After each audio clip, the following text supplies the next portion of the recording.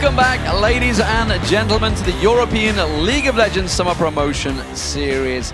It is almost time to get Game 1 underway, but first I want to quickly mention Najin White Shield have just taken down KT Bullets 3-2 in the final blind pick game.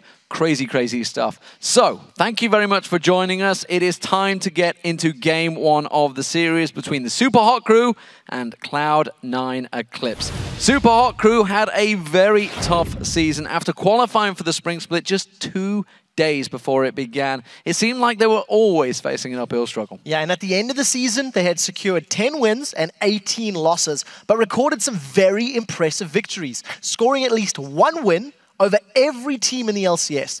I feel that the experience gained over the season is enough to make them the favorites coming into this series. Yeah, they finished 7th in the regular season, which means they had the choice between Cloud9 Eclipse and the Ninjas in Pajamas. If you look at the most recent results from the Copenhagen Games, Ninjas in Pajamas managed to defeat Cloud9 Eclipse, but yesterday, NAP lost to Millennium after a very close series. Yeah, it was very close. Maybe it'll bode well for the Super Hot Crew. The star in my mind for the Super Hot Crew is MrRalleZ. I think over the course of the Spring Split of 28 games, which included 18 losses, his stats are fantastic. A 4.13 KDA with that many losses, sitting in 3rd place at average CS at 10 minutes, and 2nd for average gold at 10 minutes is phenomenal. And Super Hot Crew will be looking for him to deliver.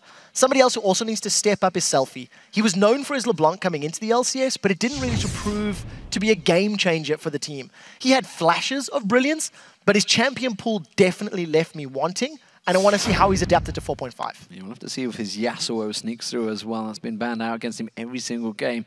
It has been a hard-fought Springs Challenger series, though, for Cloud9 Eclipse, as they managed to win the first series over Ninja in Pajamas 2-0.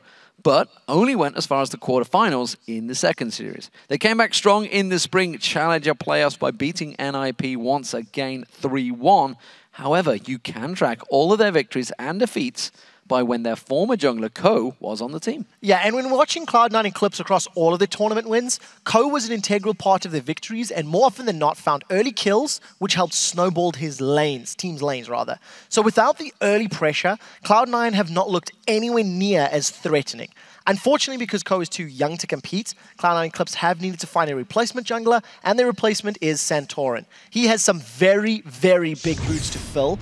And even though he did compete with Cloud9 at the Copenhagen Games, this stage is bigger and there is much more on the line. So we'll need to see if he can fill those boots and deliver. Well, after only a week to practice as a team, Cloud9's success will hinge on how well they can perform with their new jungler Santorin. And of course, their ability to adapt against the experienced Super Hot Crew. I think Cloud9 are pretty similar to us. Like, they've got really strong laners and then they struggle a bit coming into the mid to late game. So on that sense, we're similar, but we've just got a lot more experience than them. It's 2 solo queue teams, and if we can just somehow manage to play as a team a little bit, then I think we'll win. Yeah, we probably have to play a lane swap game, I guess, and make them play with strategies and not just individual skill. I think Super Hot Crew shows us because we lost our main jungler. They lost their best player, Ku, and got a new player, Santorin, who haven't really played that much competitive. The key factors, that's probably how I perform and how the synergy with me and my team is, because we haven't only played for a week together, whereas Super Crew, they played for over a year together, so they have more team synergy. I used to play with MrRalleZ and Mimer, so I know like what are the mistakes and what they like to play, so I can abuse it. It's kind of funny, but I think Voidal is kind of the same style as Migxa. He's that guy who would always go and flash hook you and stuff like that, and make plays all the time. But he will also get caught a lot. We've got plans ready, and a lot of them's pretty dependent on the first game. And then based on that first game, we decide what we do for the rest. So depending on how the first game goes, I think that will probably decide the series. Interesting, we hear Impaler saying about that first game. It's an all-important game. We're discussing the same thing with Millennium NIP yesterday, how important that first game would be. One thing I want to say is the top laners have been very unceremoniously ignored. Yes. We've been talking about every other position with the exception of Odoamne and Mimer in that top lane. We'll see how they adapt and who can carry harder. Well, speaking of the players, let's check out those starting lineups. Over on the blue side, it is the Super Hot Crew. That means Mimer's in the top, Impaler in the jungle, SELFIE in the mid lane, MrRalleZ as AD carry, and Migxa on support. And on the red side, it is Cloud9 Eclipse with Odoamne in the top lane, Santorin in the jungle, Febiven in the mid lane, Hyanin on AD carry, and Voidal as your support. So the game is about to get underway in just a moment. Picks and bans will be starting. What do we expect between these two teams? They will, of course, research each other a hell of a lot. I'm expecting a pretty quick pick and ban phase in the first game. I completely agree. I think priorities for both of these teams can differ. If you were sitting in Cloud9's shoes, you can either decide to try and target MrRalleZ, force him onto something uncomfortable, but he has a very big champion pool, so it's going to be difficult. Alternatively, take away those assassins you mentioned, Yasuo, LeBlanc, and maybe put SELFIE on an Orianna, which is what you're looking for. So here we go, ladies and gentlemen. Picks and bans on the way for game 1. Bans are coming in already, and the first one to come out will be there in just a moment. I'm waiting for it to show. They're keeping us on the edge. I know it's gone through. Is it going to show me? Is it going to show me? No, doesn't seem so. I know where it is anyway, because I can cheat, because I can see it. There's Aurelia. There she is. She suddenly shows herself. And Yasuo. This is the ban I was expecting. Poor SELFIE. He's never got to play it since he's been in the LCS, and it doesn't seem like it's going to stay that way in promotion. No, he won't get the chances on it. I actually think targeting SELFIE is a smart decision. He did not have very good impact champions once his priority picks were taken away, once they were unavailable to him. We do need to see how the rest of this pick and ban phase does play out. For the time being, the Morgana is the second ban from Super Hard Crew, so forcing Voidal into something else. But Voidal has played a large amount of Leona in recent weeks, so I want to see if he's going to pick something up like that. We'll see how it goes for him. There is the Nidalee ban now coming through.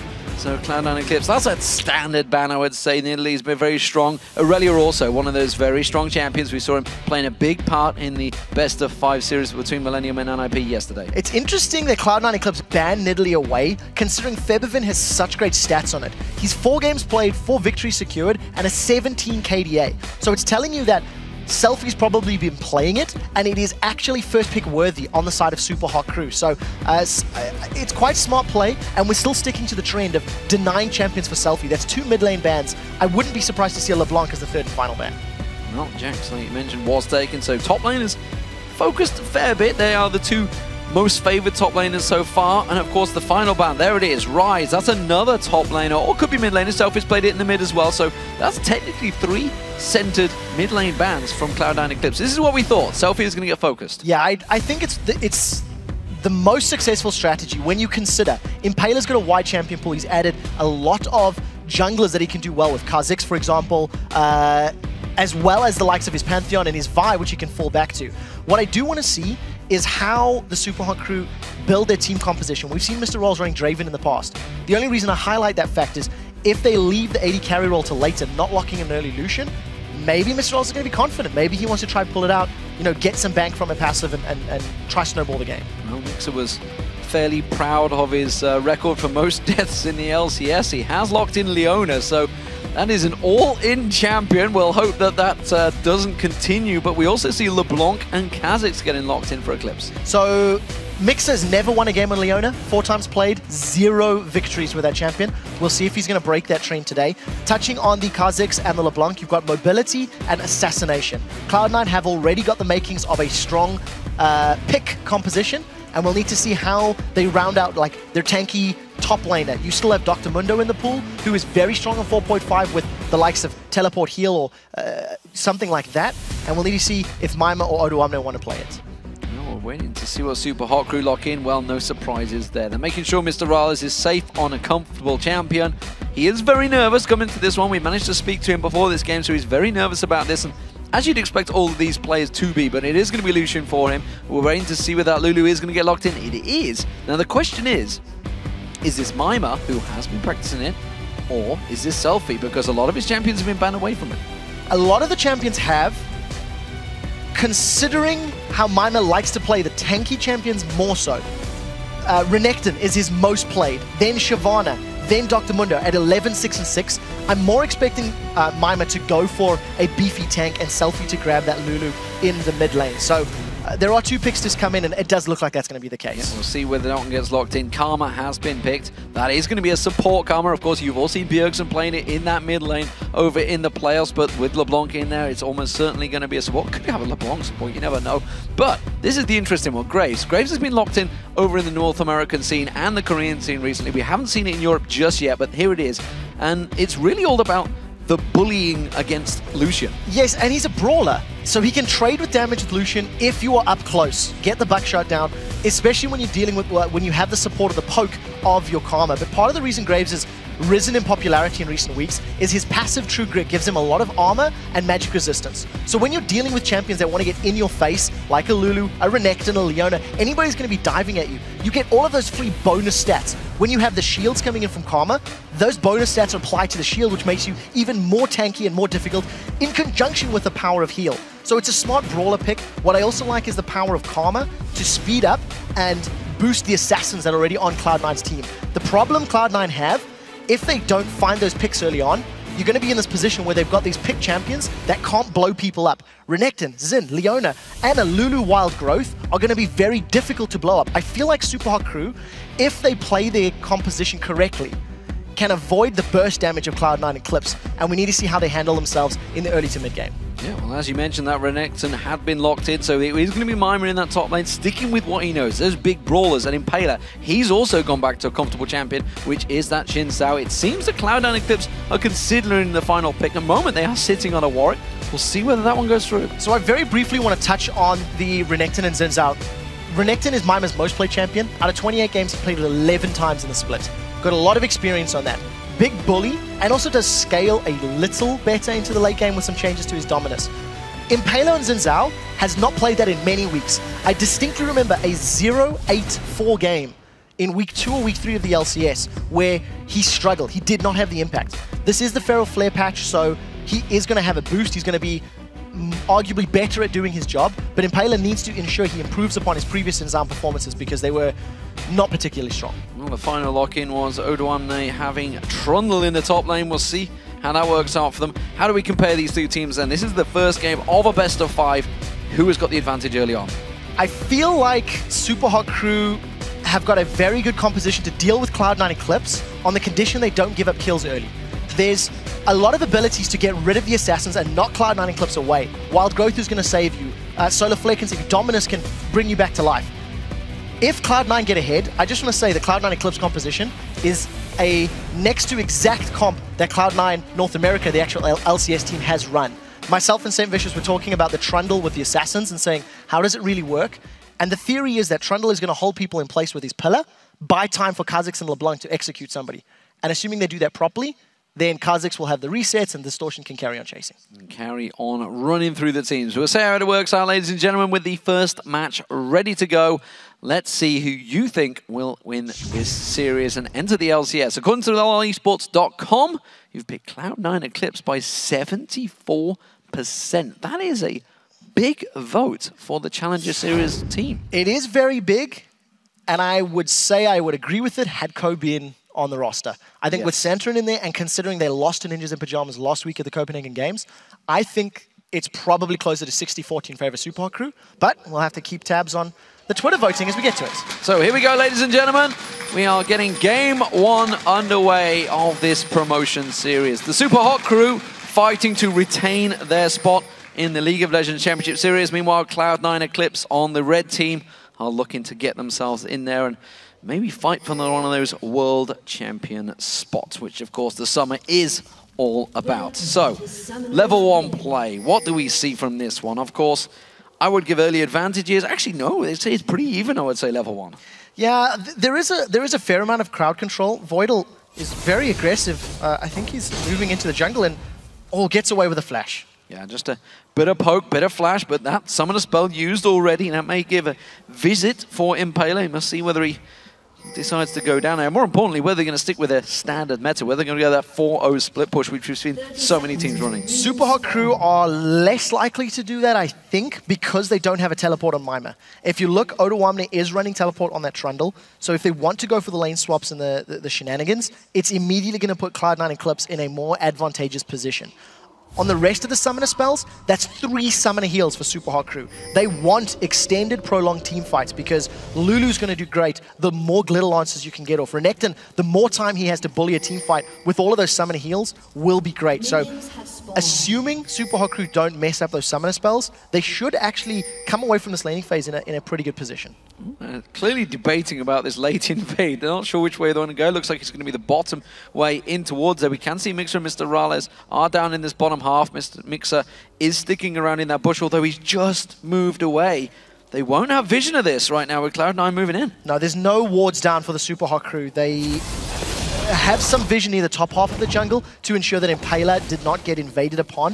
But Santorin with an early advantage, going to grab himself that red buff. He's backing away. He's not going to go towards the enemy red buff. It looks like he's going to move towards it. It looks like Cloud9 may have stolen advantage early on here. Let's see. We'll make sure the route of Cloud9, whether Impaler decides to move in towards Cloud9's jungle. It doesn't look like he is. He's going to head back towards the walls and towards his own red buff. He is going to be very upset when he gets around there. Yeah, and it's one of the things that when you get those buffs, yes, it is good for your team, but it's slightly more about denying the objective from Impaler. So Impaler's going to be 1 buff down, and he's got the Hunter's Machete, so it's already started stacking up towards the Feral Flare. And Migxa is looking to get some engages, but this is a lane matchup that Leona's going to have a difficult time in until he hits level 6. Well, you can see Impaler's realize the problem. He's coming straight around, but you can see already Santorin is there. He's taking away that red buff. He's actually been taken fairly low, but he's already taken the double red buff. Impaler's coming around. He's just going to be finding himself 2 little lizards. And Santorin's like, if you want to clear my camp out, I'm fine with that. But you can step away as Impaler passes by that ward. Good start from Cloud9 Eclipse. Yeah, very intelligent play. It was very risk-free. Cloud9 had all the numbers on their side, so had Impaler gone for a delayed invade, he would have run the risk of being collapsed on by Odoamne and Febivin. So at the end of the day, he has lost a lot of time because he ran from the bottom half of the map to the top half of the map, and he's lost his red buff. So we'll see how Impaler does. Going to be counting his stacks once he gets that Wriggles Lantern and keeping track of how quickly he can get Feral Flare. Remember, it is 4.5, so it's 25 stacks to upgrade, not 30, which is currently on live. Impaler is being read like a book as he passes by yet another ward. They know that he's potentially in this lower half of the jungle, which is why we see Cloud9 Eclipse just stepping away ever so slightly. Top lane, we haven't had a chance to talk about that too much. Mimer has a fairly sizable advantage. Odoamne will happily farm on his turret though, so he'll keep that in his favor, and honestly, he's playing very safe right now. Yeah, you have to. This is a matchup that Mimer should start bullying Trundle. We'll see how aggressive he plays it, but you know, it's something we see over and over. We'll get to that in a second as Impaler is coming in the bottom lane. Oh, that's aggressive! Flash Zenith Blade onto Voidler. I'm not sure if Impaler's going to get involved in this one. There's the exhaust. He does get the dash on towards him. 3 talent strike. Is he going to land enough? I think he wanted to bounce Yanan. Meanwhile, SELFIE in the mid lane. He gets pounced on. Febivin does take him down with Santorin. A fantastic back and forth action and a 1-for-1. And we talked about in the pregame how important MrRalleZ was going to be for Super Hot Crew. The first gank from Impaler is on the duo lane, ensuring MrRalleZ gets first blood, gets the kill credit. You go back to pick some bans. Cloud9 Eclipse banned up 3 mid laners. SELFIE plays Rise. Cloud9 gank their mid lane to get Febivin a kill early on. So it's a very clear strategy from both of these teams. And the question for Super Hot Crew is, can they ensure they don't give Febivin more kills? Because if Febivin on LeBlanc is finding those picks, he's going to create a very difficult situation for the Super Hot Crew. Well, Mimer might find himself getting paid a visit by the flying Kazakhs. At the moment, Santorin is ready and waiting to pounce in there. Odoamne happy to pull him closer and closer towards that turret, which is happening. He has got the pillar, remember, to slow his pace down. He's just waiting to pounce in towards him. Yeah, we're going to see coming in. Look, there's red buff as well. Mimer's in trouble. Comes around, there's the pillar of ice. Does manage to get the unseen thrown on him as well. Another hit, but he uses a good slice of dice across the minions and flashes to make sure he's clean. Successful gank. Even more importantly, the way Santorin has played, within 5 minutes he's had 2 successful ganks, is immediately telling you he's filling the shoes of Ko. Migxa's going very aggressive. He's caught Yanan. He's diving on towards him, but the shield comes down from Voidler. I don't think they're going to have enough to turn this one around, but it's good harassment nonetheless. And MrRalleZ trying desperately to get himself a small advantage in that lane. But at the moment, it's Yanan in the lead. So thanks to the early gank from Impaler, MrRalleZ and Migxa have the opportunity to play more aggressive in that lane. Migxa at level 4, he's got his spell reel all except for his ultimate, and he's going to keep looking for Hyanan. Effective HP is sitting with Migxa and MrRalleZ, so if they catch Hyanan again, they can keep going and keep trying to force Hyanan to blow his summoner heal or his flash and push him out of lane. So Hyanan's in the lead, of course. MrRalleZ did get that first blood, so he did get himself a fairly sizable advantage on that one. So at the moment, these two are fairly even. SELFIE was taken down when that heal was used up by him. Of course, the ignite from Forbidden early on. Forbidden, known for his Riven, but hasn't been able to play it in a very long time. Wasn't even banned away in this one. It's just simply not in the meta for him anymore. I'm officially not talking about it anymore. Well, he used to be a top laner. It's so, true. I mean, and it doesn't get chance anymore. Forbidden, every time he comes into one of these challenger games, we talk about it because we're secretly hoping he plays it. Yeah. And you hit the nail on the head. It's really not in the meta. I personally think Forbidden's strongest champion right now is the Nidalee that we touched on. Played it through the Challenger Series playoffs, and he really hits a lot of spears. Santorin with another gank. Mimer's got no flash. We'll see if he can get away. He's just going to get a lot of damage on him. That's what he's going to have. He does manage to use that slice straight away, and it gets him clean. But you can see, you're not going to be comfortable going back into lane with a Kha'Zix waiting in the wings, with a LeBlanc possibly paying you a visit when you're at half hit points. So repeated ganks in the top lane is allowing Odoamne to overcome Trundle's early game weaknesses to Mimer's Trundle, and we've seen Mimer bullying LCS top laners in the past. Mimer loves to farm in between towers, that first and second turret in the top lane, and he's not been given the chance because he's got no flash, so it's very risky, and Santorin's ganked multiple times. You touched on the fact that Forbidden could roam, and thanks to us having standard lanes, which will draw out the laning phase somewhat, it's going to give Cloud9 the opportunity to use the teleport and roaming LeBlanc to find kills. And I think Cloud9 need to do that. They will scale very well into the late game, but I still think in straight-up team fights, as long as Super Hot Crew use their heals and wild growths correctly, they should actually be able to survive the burst. And once they've survived the burst, Cloud9 are not going to be the greatest in those prolonged, drawn-out team fights. Another thing to keep our eyes on, other than his top lane, which is a brawl back and forth, is those junglers. Impaler, of course, now going towards that Feral Flare. He's going to have to get 25 stacks. We are still only on 4.5 here. It's not the 30 stacks at the moment, but it's going to take some way to go. You can see it's 11, I think it was there, just spotted out. Meanwhile, Santorin going for a very different build, obviously going towards the Elder Lizard, I believe he's going to head towards. Impaler will actually get his second red buff now that it is spawned. Yeah, so I think Impaler's done fairly well to recover from the early buff steals from Santorin, but his ganking presence has obviously not been on the same level. He's had one gank in the bottom lane, which did net a kill. So, you know, can't take that away from him. But Santorin was the man that we were talking about for Cloud9. Could he deliver coming into the series? And after 8.5 minutes, he's had 3 successful ganks. He's given a losing lane matchup in the top lane with Odoamne's Trundle a lead. It is minute, of course, but you expect him to be down. You expect Trundle to be losing. So very, very smart play. We're going to start thinking about Dragon in the next 3 to 4 minutes.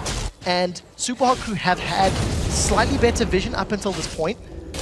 We'll need to see how they work out, and that's a good flash from Voidal. That was the Solar Flare being used out by Migxa, so Ultimate's starting to come down from these supports. Voidal yet to hit level 6, you saw, but Hyanan got out of that one, had to use that Flash Summoner spell, has got himself his BAF sword, but look at MrRalleZ. That kill he got early on has given the edge in items, give himself the Vampiric Scepter along with the BAF sword. Yeah, he really needs to have that sustain. Because Voidal's got the shield, which can block some of the damage onto Hyanan, MrRalleZ needs to even that out, as we've said, with a little bit of sustain from that Vamp Scepter. MrRalleZ is staying even on CS, and Migxa is continually playing aggressive. What I like about the Karma pickup is that assuming Hyanan or Voidal don't get caught by too much direct CC, oh, look at this, Santorin's going to walk straight into 2 members. I think he's in trouble. Well, he's dead. There's no way out of that one. I got a question, why he went there? They just pinged on Impaler, taking the pink ward down. They saw them, still the vision would have just shrunk away as they saw them both heading that way. Why did he walk and face check that bush? He did not anticipate them camping there. I mean, it's that simple. I think Santorin had assumed they'd gone for a different buff or moved further north, but it wasn't the case, and he gets bug splattered. Santorin just gives up an easy kill to Impaler. So Impaler's going to keep stacking up that Wriggle's Lantern, getting closer to the Feral Flare, and pretty smart play. The roam from the mid laner, so to speak, actually coming from Super Hot Crew's side. Yeah, Impaler actually involved in 100% of the kills so Mimer's far. baiting this. Mimer is trying to bait it. Impaler's been waiting patiently in that bush. Now Mimer's taken very low. Here comes Impaler. Has he waited too long? Yes, he has. He is going to get the kill, but that was a little too much bait. Yeah, hung around just a tiny bit shorter than he should have. Didn't anticipate the burst from Subjugate and the Bilgewater Cutlass, plus the chomp coming out of Odoamne. So instantly bursted through Mimer's Renekton. That is also a perfect example of how the level 1 Dominus has been made weaker on patch 4.5. You have 100 less hit points on the rank 1 ability. So you could argue that 100 HP difference maybe could have allowed him to survive that gank. Regardless, Mimer goes down, second kill to Impaler. To practice a little more there, or maybe he was just waiting for Impaler to come in a little bit earlier. Yeah, let's blame Impaler. He could have come quicker, right? It's his fault. Always blame the jungler. I mean, it's the easy get out. So far though, Impaler 2-0-1 working out very well for him. We do see MrRalleZ gone back, got that Bloodthirster now completed. He's going to start stacking that one out. We do see Hjanen now backing off as well. We'll see whether he does the same. He did go for those boots earlier on, of course, along with that BF sword. This time around, Santorin is lying in wait to try and get on towards Mimer. Remember, there's no Dominus from Mimer this time around. No, there's not, and there's no defensive stats. Mimer's gone for a Brutalizer as a first item, which is kind of interesting because, yes, it is an aggressive item. It's not necessarily going to help you with lane pushing, like a Hydra would, but it's going to allow him to maybe out-duel Odoamne because he doesn't have as many defensive stats to be stolen away. Now, Mimer's still sticking around, does have his flash available, so I'm expecting him to get away. I'm on the assumption Forbidden doesn't come in from behind, because that could be a very scary 3v1. Forbidden has warded out the blue buff, so Cloud9 continue. Actually, they're going to tower dive on this one, and well, Mimer forced the flash away, but he gets out safe, and that was a tower hit for Cloud9, but they're not too worried about that. They've got a good stack of minions, but Mimer's going to stick around for now. So Santorin has only ganked these solo lanes, mid and top. Still thinking about going for the tower dive. Remember, there was a ward placed here by Febiven. So Cloud9 and Clips have got full vision, and this is going to turn into a 2-on-2, probably 3v3 as Mimer looks to be rotating. We'll see. Spites up. Nope. No, not this time. Santorin fail jumped and didn't quite time it right. That was quickly taken away and secured by Super Hot Crew. Odoamne is taking some more hits in this top lane. His Subjugate is down, his ultimate. So that's not available if Mimer starts to get a little bit more aggressive, which he seems to be. Selfie managing to try and turn some of that aggression from Forbidden around, quickly turning him into a little pix. Yeah, there's not much kill pressure in that lane. Unless one player completely misplays or gets caught off guard, there are so many tools available for both individual champions to get away from one another. I want to touch on those items really quickly. The Brutalizer, as we said, by not building defensive stats, Odoamne's Subjugate's not going to steal defensive from Renekton. On the same token, up until this point, MrRalleZ had actually picked himself up in Mana Potion, which is somewhat untraditional for AD carries, but it just signals how aggressive he wants to be in that lane. And we also see Ionian Boots of Lucidity for Selfie. So he's going for a lot of cooldown reduction very early on. Mimer, no flash, here comes Santorin. Yeah, Santorin stealthing his way in there, gives him that speed boost. Oh, but Mimer has no flash available this time around. He should close the gap. There's the stealth, the ultimate, managing to close that gap down. And a quick taste of fear from Santorin finishes the deal. So Impaler has not been in position to counter gank any of those ganks yet. They've been trading one gank for one gank, and Mimer is continually being camped, continually being shut down. Remember, Renekton, while he will scale somewhat better into late, Odoamne's channel is going to do better. The kill in top has allowed Super Hot Crew to secure an uncontested dragon though. Yeah, fantastic turnaround. Super Hot Crew reacting very well, knowing that that jungler and top laner are a long way away. It will be the top turret though for Cloud9 Eclipse here. Odoamne happy to finish this one out, just letting those few last minions go down before he finishes the turret out. Feral Flare completed by Impaler. Also picked up that Hex Drinker as well. Impaler so far doing very well in the jungle despite that rough start. Yeah, and he's just stolen the blue buff as well. So Dragon secured, blue buff secured, going to steal away this Wolf Camp as well.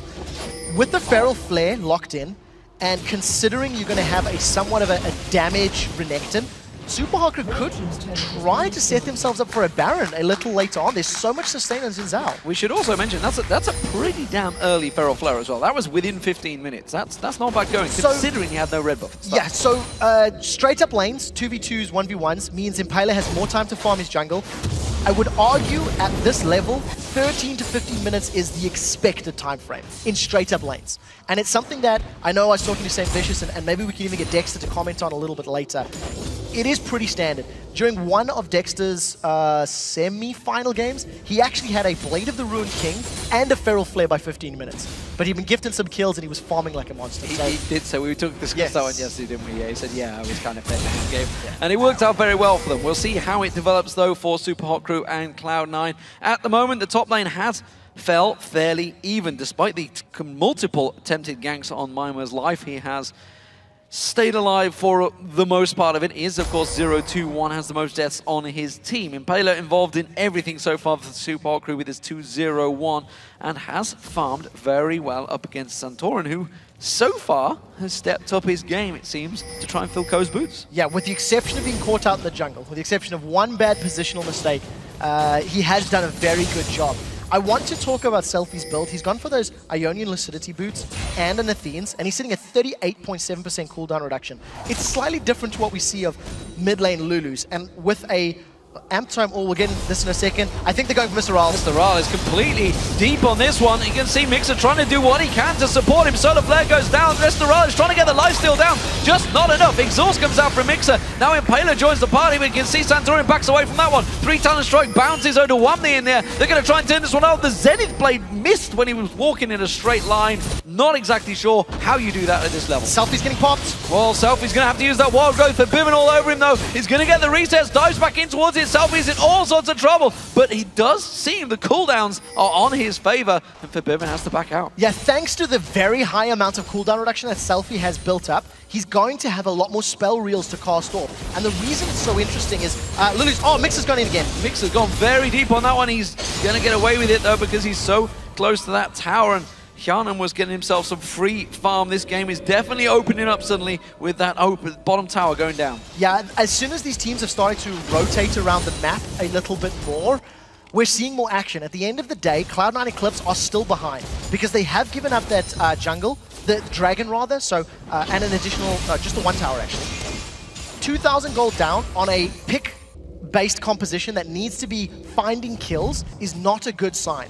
Yes, they will scale, but assuming Super Hot Crew buys magic resist and avoids getting blown up instantly, I actually think Super Hot Crew are in a very good position at this stage of the game. At the moment, it seems very even. Advantage in gold is to the Super Hot Crew, but of course they are even in towers, and kill advantage is to Cloud9 Eclipse. But of course, objectives is what it's all about.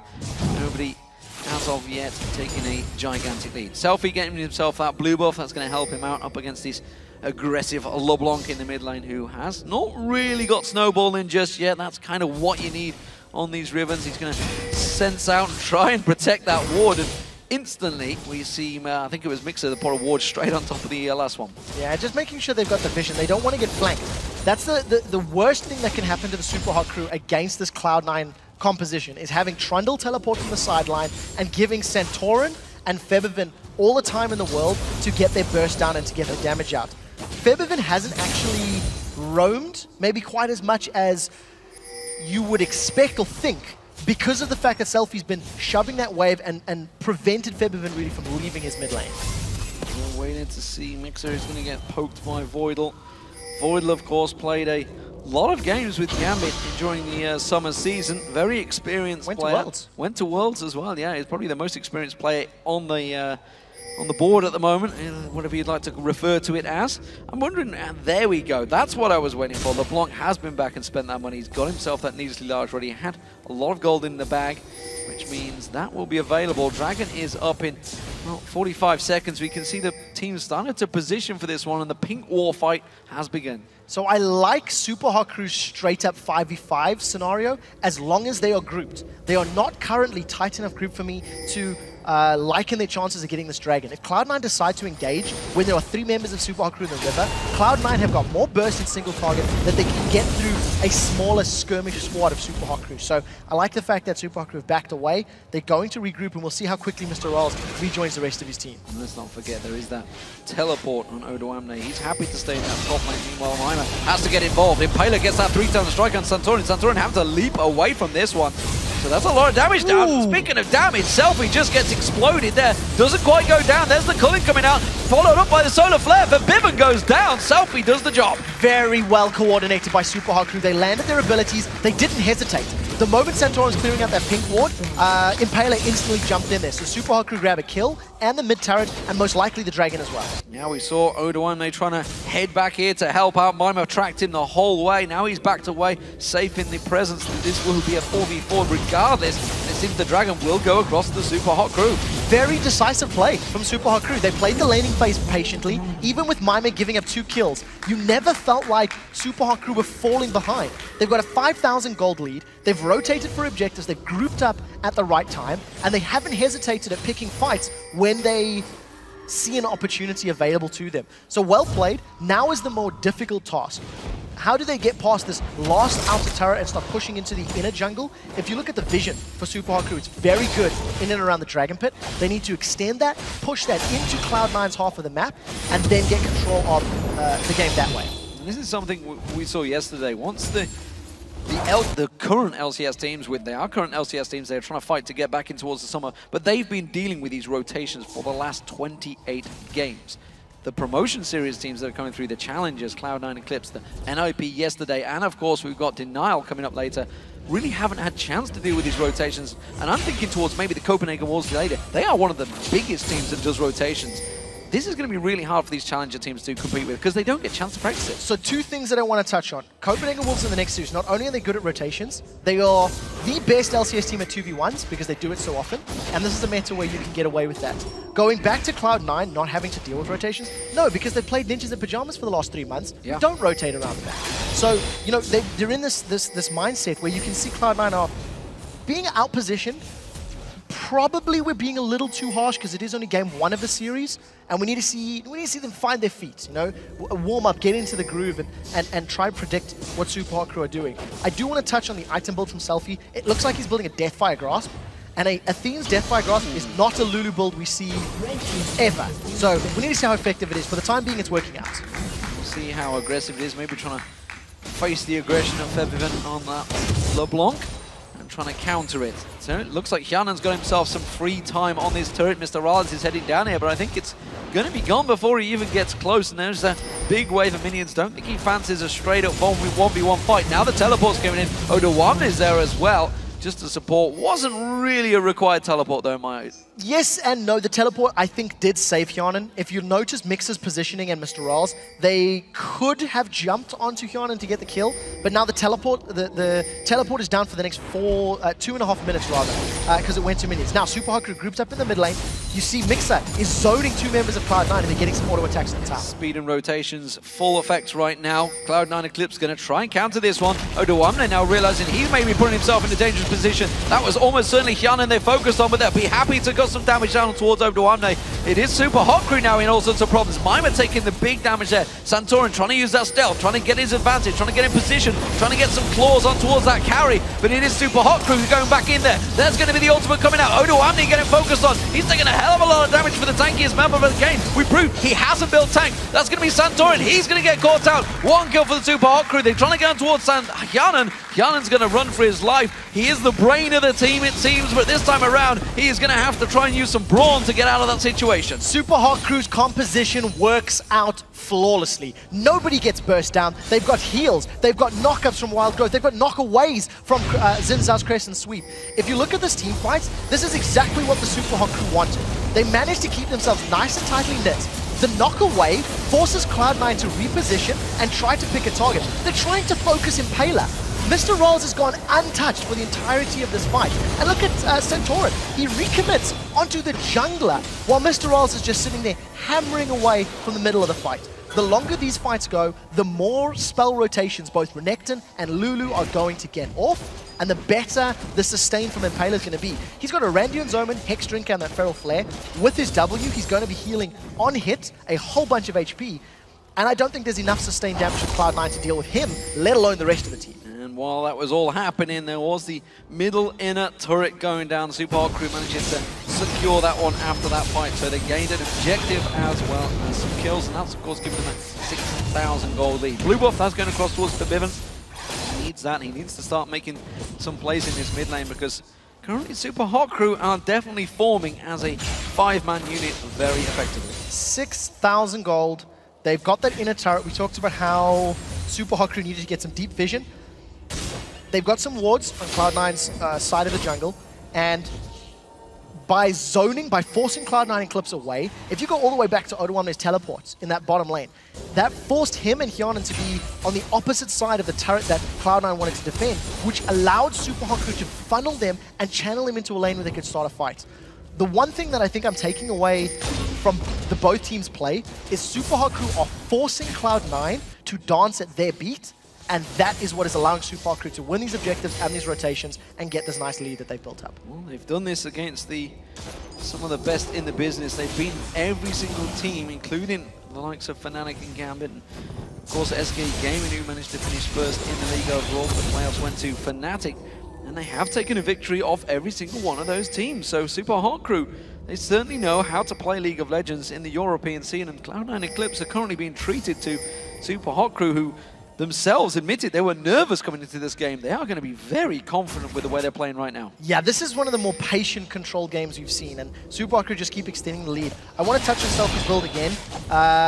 With the success, I feel, of those last few pushes across the map, SELFIE's actually completed his death cap, so this is the more traditional build that we've seen. I got all excited that he was going to EFG. Maybe it was a bit too quick, maybe this was always the game plan, or you could theorize with the dragons and the towers, he got more gold so he could just complete his death cap quicker. We will never know unless we interview him, so we'll just have to keep our eyes on that. Regardless, another dragon goes the way of Super Hot Crew. Maybe just double-click the Fiendish Codex by mistake. But you know what? It could be that simple, right? It could be that simple, and maybe I'm just reading way too much into it. But who knows? Who knows? Baron is being started, 27 minutes. And, well, we do see Cloud9 moving to this one. Look how quickly it's There's going not down. a lot of vision, I've got to be honest, over that pit wall. Now they see that ward going down. They're going to come around. Voidal might get caught out here. Impaler can jump on him. He does get the 3-talent strike. There's the bounce in the air. That is a good cover-off, but Solar Flare is going to stop him in his tracks, and that support Voidal is down. Yeah, he just got caught out of position. The engage power of Xin Zhao running at you when you get the movement speed buff from Lulu, which scales on your ability power, you are not going to get away, even with Karma, who is actually very quick.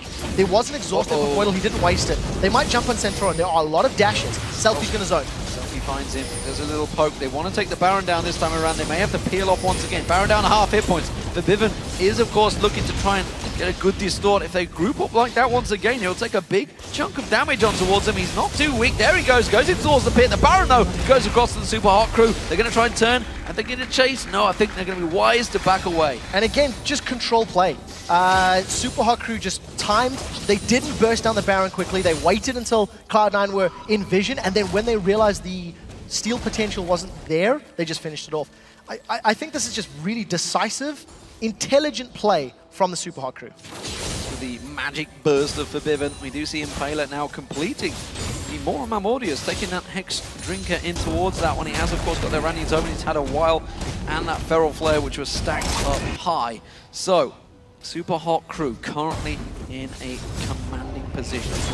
9,000 gold advantage. 4-2 in turrets, and you can see across the gold, the spread of it all. They have around about 2,000 gold advantage over most members, most of their lane partners. The only one that is fairly close, I would say, is still those two top laners who we saw going head-to-head. That was where Centauran was focusing, and it has kept Mimer down compared to the rest of his team. Yeah, it really has. The problem is, because of how far ahead the rest of Super Hot Crew are, even though Odoamne is even, he can't sit in the front line.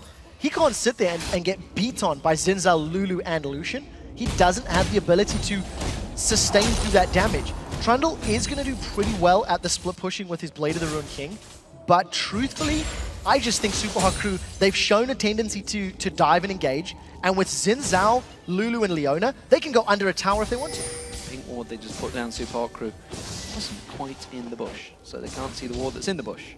It's a bit of a mistake, that one, but these shouldn't be too effective. The ward's timed out anyway. So that's all good. That's a little unfortunate.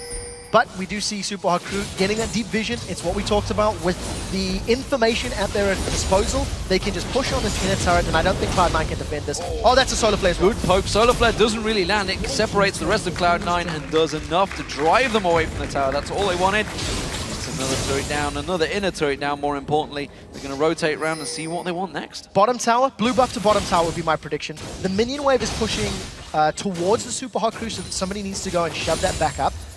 But the way Super Hot Crew are playing, use the wards that they've got in the inventory, ward up the blue side of the jungle, and then just start sieging the turret. You know, truthfully, they're tanky enough to just base tank it if they wanted to, but I think Cloud9 will be able to respond quickly enough, so they're going to wait for the minion wave. Perfectly timed blue buff spawn, Super Hot Crew take that away. They're not too worried about this bottom wave, they want to try and shove straight in on the mid, it seems.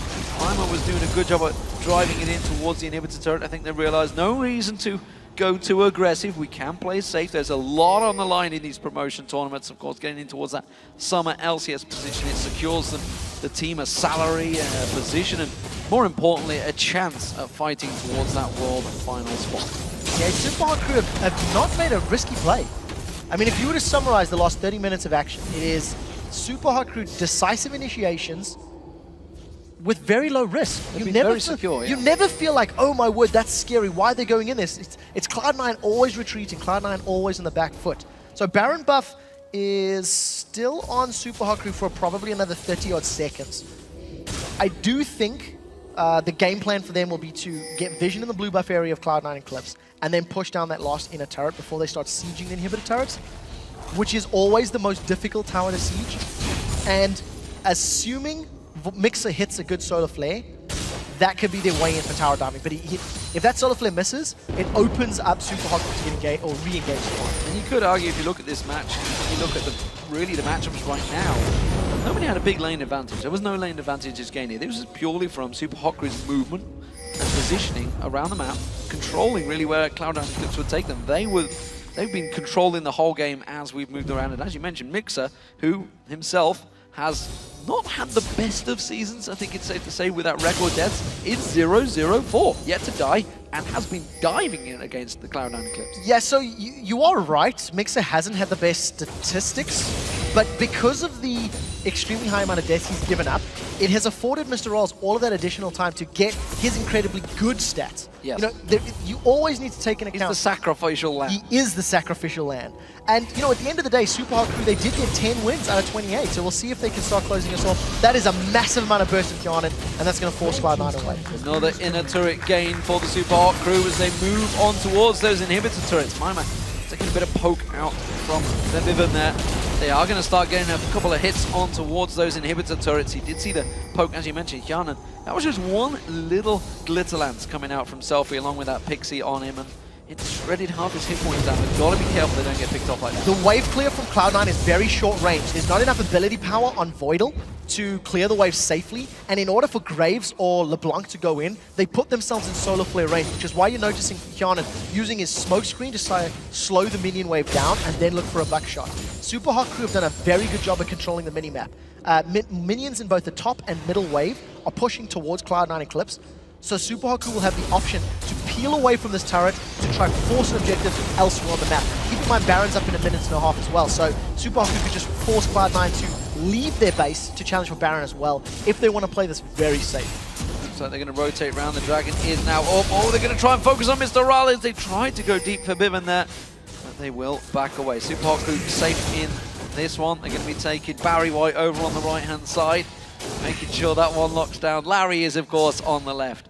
At the moment, though, Super Hot Crew dragging up. Let's just rotate down there. Yeah, I'm expecting Baron to most likely be the next play for Super Hot Crew. They don't have the highest amount of wards. Actually, they've got no wards in the inventory except for one pink. So I would expect them to back, buy some more wards, get vision around Baron, and then force Cloud9 to respond to Baron. Once Super Hot Crew get Baron buff on their side, they're more likely to tower dive because of all the bonus stats and the regen and the extended sieging power that it gives you. So I think, once again, smart, low-risk play from the Super Hot Crew. Everybody from the Super Hot Crew backs the base, spends up the gold, and moves back into position for 30 seconds until the Baron spawns. Pink Ward is still residing in the pit. That's not going anywhere because Cloud9 and Clips have not been able to get around there and clear it out. They've got the vision around the back of the pit, but nothing quite in there yet. Just that one ward, which will get swept out in just a moment by Impaler. So I want to touch on an item that Migxa's picked up on Leona. He's gone for the Warmog's armor, which has given him a very big chunk of HP. More importantly, the benefit that that's going to give you with Face of the Mountain, he now has a 400 hit point shield that he can put onto MrRalleZ at any given time. MrRalleZ only has 2,200 hit points, so that is a very, very effective shield. We'll see if it comes into play in this next team fight. As we touched on, vision in the side of Cloud9, I don't think there's enough for Super Hot Crew, but they've got enough to work with as they've got Baron down to about half HP. Voidal getting the poke in there, Mimer running interference, getting blocked off. There's the Pillar of Ice already being used up here, but this Baron is dropping. The Bivin comes across here. He tries to cause problems. There's going to be the Baron going down. That was locked in by Impaler. Now the rest of Cloud9 get decimated by the Super Hot Crew. You can see they're trying to capture on towards it. Santorin, he's going to run for his life. That's a double kill being picked up by Mimer. And well, they're just swept aside as the Super Hot Crew move towards his top inhibitor turret and maybe try and lock onto Voidal. Oh, the Glitter Lance catches. He's in trouble. That's going to be gifted across. Who will take it? SELFIE will finish. SELFIE on Lulu is doing work for the Super Hot Crew, but the reason that team fight was so effective is Super Hot Crew landed a solar flare that locked up members of Cloud9, who then all got knocked up by the wild growth. If I'm going to be completely pedantic, they stacked it a little much. But the fact that Cloud9 were so tightly knit and so tightly grouped for the steal, Super Hot Crew just gave a flawless game 1 in the series. Fantastic start to the series. This is a best of 5, remember, but Super Hot Crew already looking very confident in this early game. It's a 37-minute victory, ladies and gentlemen. Let's not take too much away from this one, though, because NIP locked down their first game in 35 minutes. And they ended up to lose 3-2. Super Hot Crew got to be careful with their confidence as they move into game 2. But it was a very, very strong start from them. Great rotations throughout the game. I completely agree with you on the confidence point. This game was just so well coordinated and so well controlled by the Super Hot Crew that if they channel the same sort of calm demeanor in the rest of the series, this is what we talked about. This is the experience they've developed over the last 11 weeks of playing in the LCS, and they just hit all the checkpoints, go even or win your lane. Even with 2 deaths on Mimer's Renekton, he still went even on CS with Odo on his Trundle. So yeah, he gave up kills, but he came out of the laning phase in a powerful presence. And the Feral Flare stacking pretty early-ish. Good start by Impaler in that jungle, who tends to control really what happens for the Super Hot Crew. You know, despite the fact he had that red buff stolen away from him, it was a great start by Cloud9 Eclipse. It just wasn't capitalized on. Yeah. I think there was a very clear level 1 through 3 strategy for Cloud9, which they got. They made it work. They got an early kill onto Febiven's LeBlanc. But you never felt like Febiven had a very big impact in the game because he didn't get to roam. He didn't get to impact the sign lanes. And we had a 20-minute laning phase. I mean, we had a legit, straight-up head-to-head laning phase. Santorin had great ganks. Santorin had very good ganks. I did not anticipate... Started off very well, very aggressive. Yeah. I didn't anticipate that level of impact in the lanes, but it was just, it wasn't capitalized on. You know, you came out of that, Dragon went the way of Super Hot Crew, and they had themselves a 2,000 gold lead just from mechanical play and from securing objectives a little quicker than... I would argue that once they had that first blood down in the bottom lane, obviously they managed to counter it in the mid lane.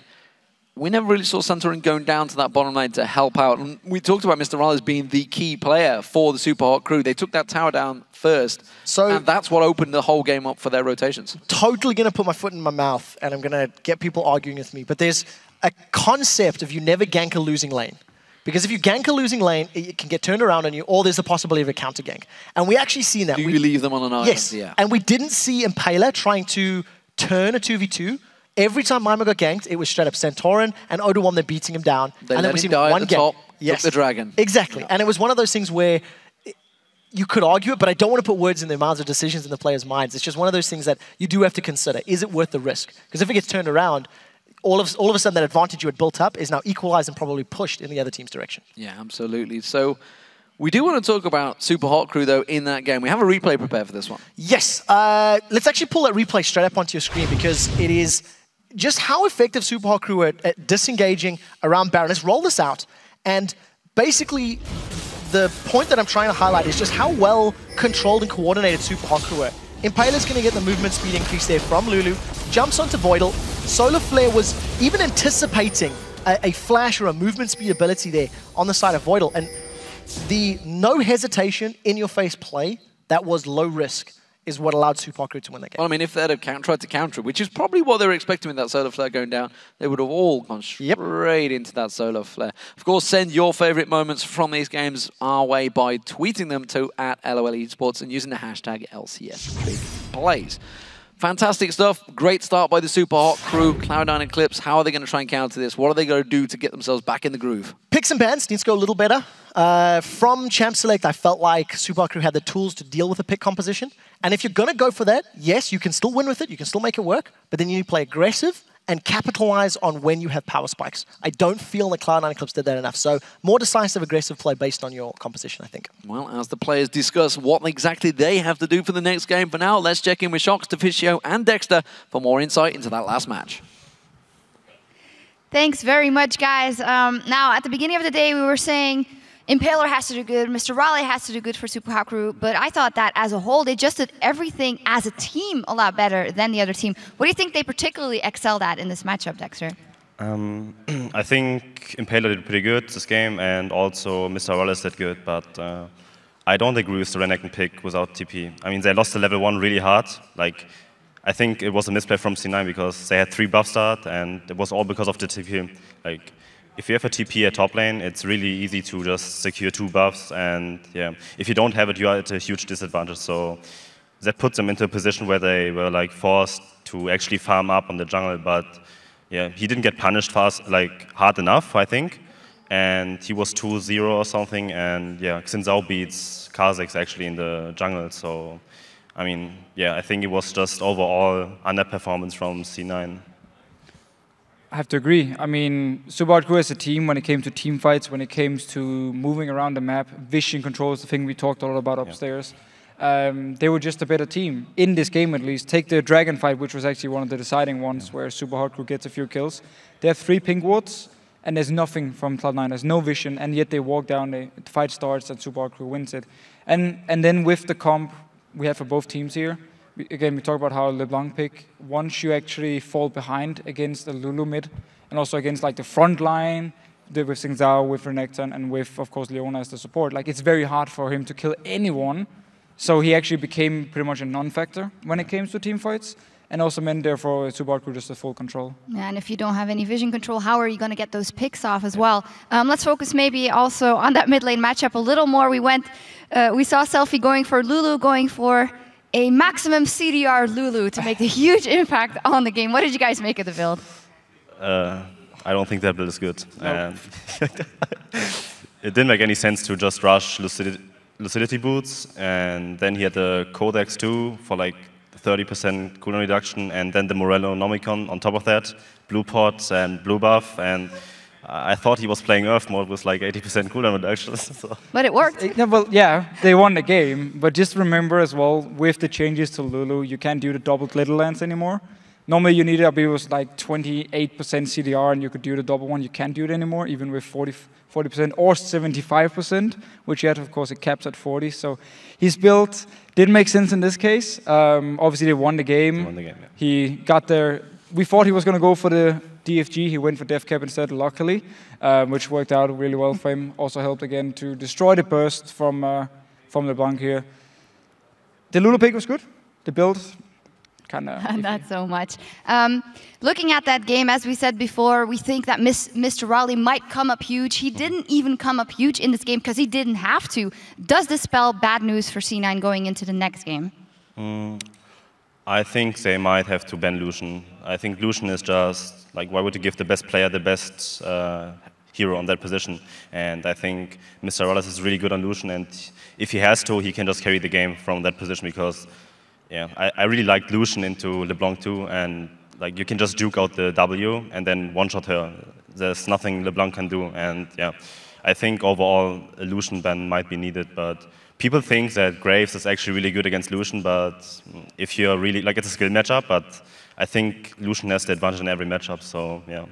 So from what we've seen here, the Fisho, how do you think game 2 is going to go? Well, I think if Super Hot crew, if Cloud9 Eclipse goes for the same kind of comp with this double assassin, the jungler being assassin, and then the mid laner, and they don't fix the vision control, I think they're going to be in for a very hard game. I would actually like to see them go more for a teamfight comp or heavy push comp, for instance, like a lot of wave clear, so they can, I know it can be boring, extend the game, and then like to focus on team fights and don't rely too much on the vision control. I think that could help them out, unless, of course, they come in this game and just fix it completely. have great vision control and get the pings they want. Well, we will see, of course, in the next game. We'll set up the Rift for our next match, which means you can top off your HP. But stay close, because next it's Game 2 between the Super Hot Crew and Cloud9 Eclipse.